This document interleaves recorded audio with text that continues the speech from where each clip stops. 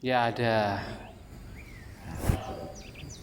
ada pertanyaan dari beberapa umat yang berhubungan dengan apakah Sang Buddha tidak mengizinkan para siswanya untuk mengajarkan Dhamma ke dalam bahasa Sanskerta, bahasa Sanskrit.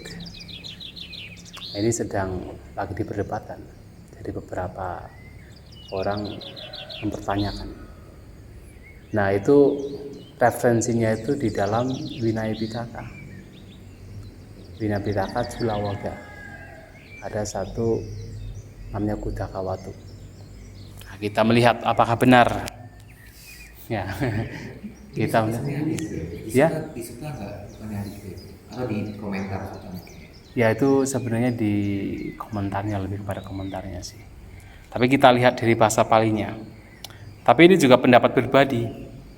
Mungkin ada yang lebih ahli lagi yang mungkin lebih tahu. Tapi ini pendapat saya. Culawaga di dalam Kudaka Watu Kanda. Kudaka Watuni ya. Ya, di Kandaka. Dan ditemukan di nomor 285.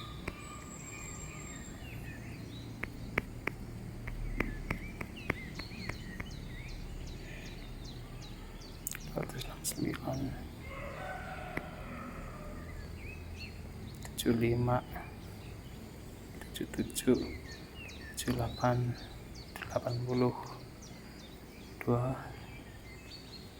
3, 8. Nah, ini dia 285. Nah, jadi ada ini diambil dari Cata Sanggayana, edisi Cata Sanggayana di Pitaka Myanmar ya, konsili ke-6. Tenako panasamena yamela kekuta nama biku dwe bahatika honti brahmana jatika kalyana waca kalyana wakarana. Jadi pada suatu saat ada dua biku bersaudara bernama Yamela dan Kekuta. Kalau tidak salah, kalau di tradisi lain namanya Yamilu. Di sini Yamela dan Kekuta. Nah, Brahmana ini memang lahir dari keluarga Brahmana. Makanya biku ini lahir dari keluarga Brahmana. Brahmana Jatika yang memiliki kalyana waca dan kalyana wakarana. Ini semacam orang yang pandai di dalam pengucapan dan juga pronunciation, pelafalan. Jadi pengucapannya, pelafalannya itu indah, kalyana. Nah, mereka sepertinya pandai di dalam ini, dalam Veda. Karena dalam Veda itu kan sangat ditekankan bagaimana mengucapkan, melafalkan syair-syair mereka. Nah, ini mereka sepertinya begitu. Tapi mereka menjadi biku. Kemudian tena yena bhagawat tenu upasangkami twa bhagawantang abhiwaditwa ekamantang nisidingsu. Jadi mereka menemui Sang Buddha, kemudian menghormat dan duduk di satu sisi. Ekamantang nisinako te biku bhagawantang etadawojung. Dan ketika mereka duduk di satu sisi, mereka berkata demikian. Jadi para biku ini, dua biku ini berkata demikian kepada Sang Bhagawa. Nah, apa kata mereka? Itarahi bante biku nanak nama, nanak gota, nanak jaca, nanak kula pabacita. Bante, sekarang banyak biku dengan nama berbeda, dengan marga yang berbeda. Nana kota itu marga. Seperti Sang Buddha kan marganya kan Gotama ya. Kemudian dengan kelahiran yang berbeda, Nana Jaca, artinya ada yang dari Waisa, dari Sudra, dari Ksatria, dari Brahmana, dan juga Nana Kula, keluarga yang berbeda. Tapi Kula di sini mengacu pada suku. Seperti misalnya Sang Buddha itu disebut Sakya Kula. Jadi keluarga Sakya atau dari suku Sakya. Ya, klan, betul, suku. Ya, klan. Jadi mereka datang, jadi sekarang itu banyak biku yang datang dari berbagai daerah dengan suku yang berbeda, dari tempat yang berbeda, nama yang berbeda dan sebagainya. Nah, te sakaya nirutia Buddha wacanang tu senti, dan mereka mengotori ajaran Sang Buddha, kata-kata Sang Buddha dengan apa? Sakaya niruti. Nah, Sakya-Niruti dengan dialek mereka masing-masing. Jadi ya, dengan bahasa mereka masing-masing. Mereka datang dari berbagai daerah, punya dialek yang berbeda-beda, bahasa yang berbeda-beda. Nah, dianggapnya oleh dua biku ini bahwa mereka itu mengotori ajaran Sang Buddha dengan bahasa mereka masing-masing, dengan dialek mereka masing-masing. Bayangkan kalau kita ke India, mereka itu mempunyai bahasa yang sangat beragam, terutama dialek yang sangat beragam. Ya seperti misalnya kalau Jawa kan ada seperti yang di Sunda, seperti Jawa Tengah, Jawa Timur, seperti Banyuwangi. Itu Jawa tetapi dialeknya berbeda-beda. Nah, dianggapnya ini mengotori ajaran Sang Buddha. Maka mereka menawarkan diri, Handa mayang bante Buddha wacanang candaso arope mati. Ya, bante, biarkan kami membawakan ajaran Sang Buddha, kata-kata Sang Buddha ke dalam candaso. Nah, candaso ini yang kemudian dianggap oleh beberapa orang sebagai bahasa Sanskerta. Nah, padahal di sini tidak ada istilah Sanskerta, tidak ada istilah Sanskrit. Istilah yang digunakan adalah candaso.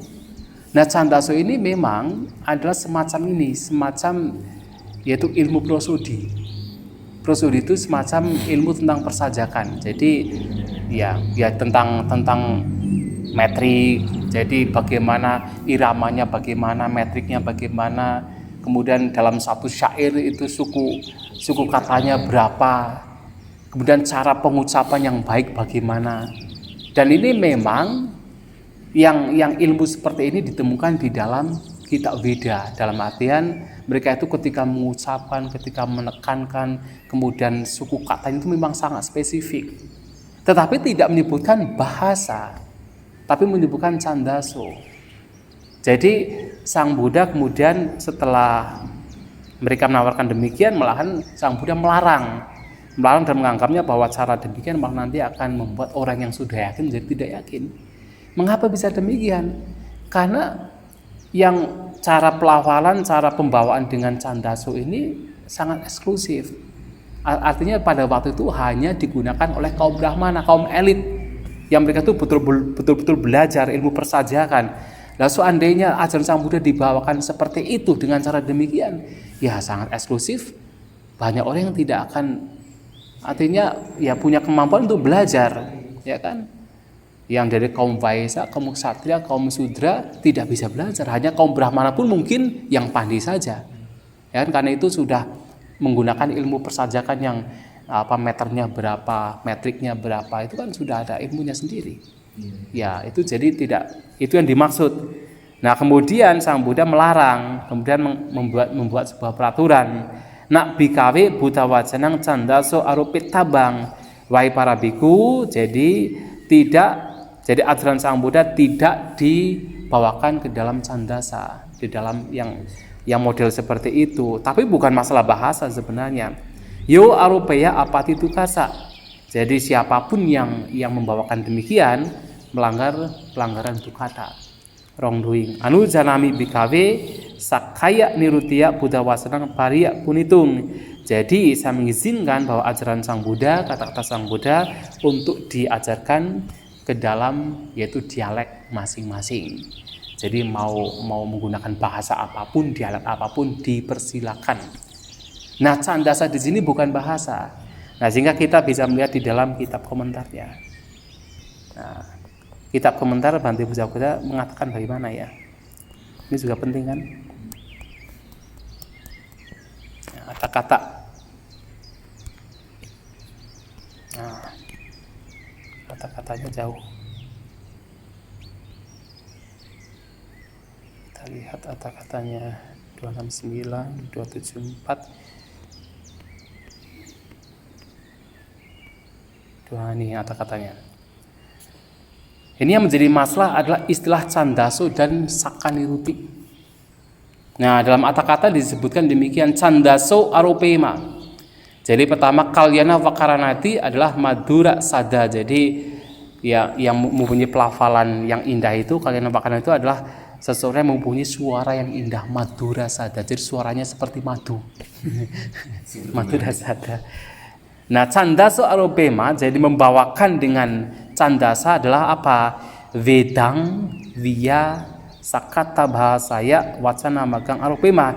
Jadi membawakan dengan cara seperti the way of speaking wacana magang, ya cara pelafalan dengan pengucapan yang dipraktekkan secara sakata itu secara yang dipraktekkan secara strict seperti halnya Veda.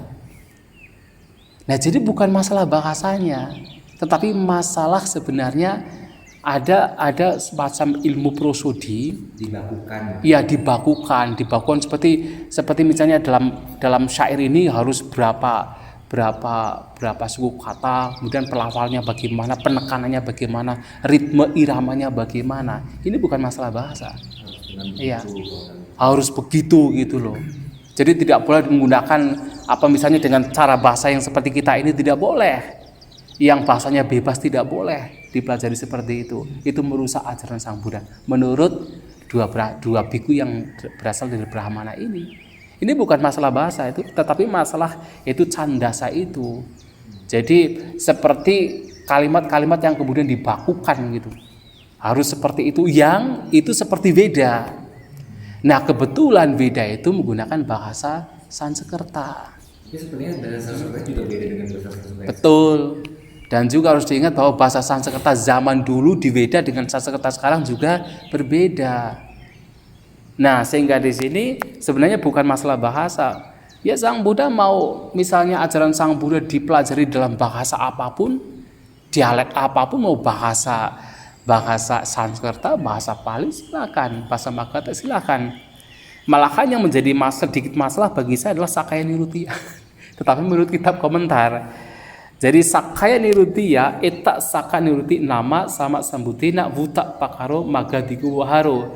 Jadi di sini yang disebut Saka Niruti atau dialek sendiri atau dialek masing-masing, di sini adalah Saka Niruti adalah bahasa Magadha, bahasa orang Magadha yang digunakan oleh Sang Buddha.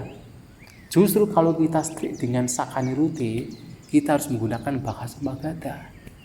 Mengajarkan Dhamma menggunakan bahasa Magadha. Itulah yang kemudian ada yang mengatakan harus bahasa Pali. Malahan ini bahaya, karena kalau hanya Saka Niruti hanya dimaknai dengan ini adalah bahasa Pali, berarti kita tidak boleh mempelajari ajaran Sang Buddha, mengajarkan ajaran Sang Buddha dengan bahasa Indonesia, dengan bahasa Inggris, dengan bahasa Rusia. Tidak boleh. Iya, malah ini candaso baru kalau tidak hati-hati. Ya kan? Iya. Itu malah jadi candaso baru nanti kalau harus bahasa Pali, ya kan? Yang jadi masalah harus seperti Weda. Iya, harus masing-masingnya tekniknya harus seperti yang seperti Weda. Tapi dia baca sebenarnya enggak masalah. Jadi membaca dengan bahasa apapun tidak masalah, tapi dengan teknik yang strict harus begitu. Nah, itu yang bahaya. Nah, Sakaya Nirutiya di sini bagi saya malahan menurut dialeknya masing-masing. Jadi ya siapapun, ya kita misalnya orang Chinese, orang Jawa, orang Sunda ya silahkan dengan dialek masing-masing. Iya, bahasa Hokkien mau apa silahkan. Mau bahasa Sanskerta juga silakan. Yang menjadi masalah malahan kalau Sakaya Nirutiya dianggap sebagai bahasa yang digunakan sama Sang Buddha, yaitu Magadhiko Waharo, bahasa orang Magadha. Kalau itu strict dengan bahasa orang Magadha, itu yang bahaya. Ya toh, sulit. Padahal bahasa Pali yang digunakan Sang Buddha dengan bahasa Pali yang sekarang belum tentu berbeda, belum tentu sama, berbeda.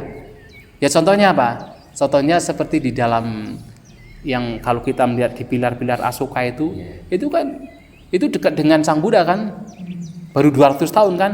Itu bahasa Magadha mereka itu berbeda dengan Magadha sekarang. Ya bikcu gitu kan. Kalau bahasa Pali sekarang kan biku. Sedangkan bahasa yang di pilar Asoka itu apa? Bikcu. Kemudian Buddha itu bukan Buddha, tapi Buddha, D-nya 1. Berbeda. Sehingga bahasa Pali yang dulu pun atau bahasa Magadha yang pada zaman Sang Buddha pun sebenarnya tidak harus persis sama. Lah kalau kita misalnya harus menggunakan bahasa yang pada zaman Sang Buddha digunakan, waduh, ini bahasa Pali sekarang pun sudah berbeda. Nah, sehingga di sini sebenarnya intinya adalah Sakka Niruti adalah kita bisa menggunakan bahasa masing-masing, dialek masing-masing untuk belajar Dhamma. Sedangkan Candasu di sini bukan masalah bahasanya, tetapi masalah tekniknya. Teknik yang seperti ketika mereka itu membacakan Veda. Ketika mengajarkan Veda harus ada teknik persajakan begitu, harus metriknya itu harus tepat. Kemudian tekanannya harus tepat, iramanya, ritmenya harus tepat. Seperti orang baca puisi atau baca kitab suci yang secara strict mereka melakukan, tidak demikian. Ya itu yang dimaksud. Jadi bukan masalah bahasa. Mau bahasa apapun silakan. Mau bahasa Sanskerta, bahasa Indonesia, bahasa Inggris, bahasa Jawa, itu silakan untuk mempelajari ajaran Buddha. Tetapi teknik yang mengharuskan harus demikian, itu yang memang justru menjadi nanti tidak terbuka. Ya itu ya eksklusif jadinya kan, menjadi eksklusif. Kalau eksklusif berarti hanya segelintir orang saja yang bisa mempelajari, bisa mengajarkan. Dan itu yang sebenarnya harus kita ketahui. Ya, ada pertanyaan?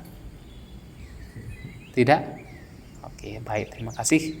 Semoga bisa memberikan apa ya? Manfaat. Iya. Oh iya, baik ya.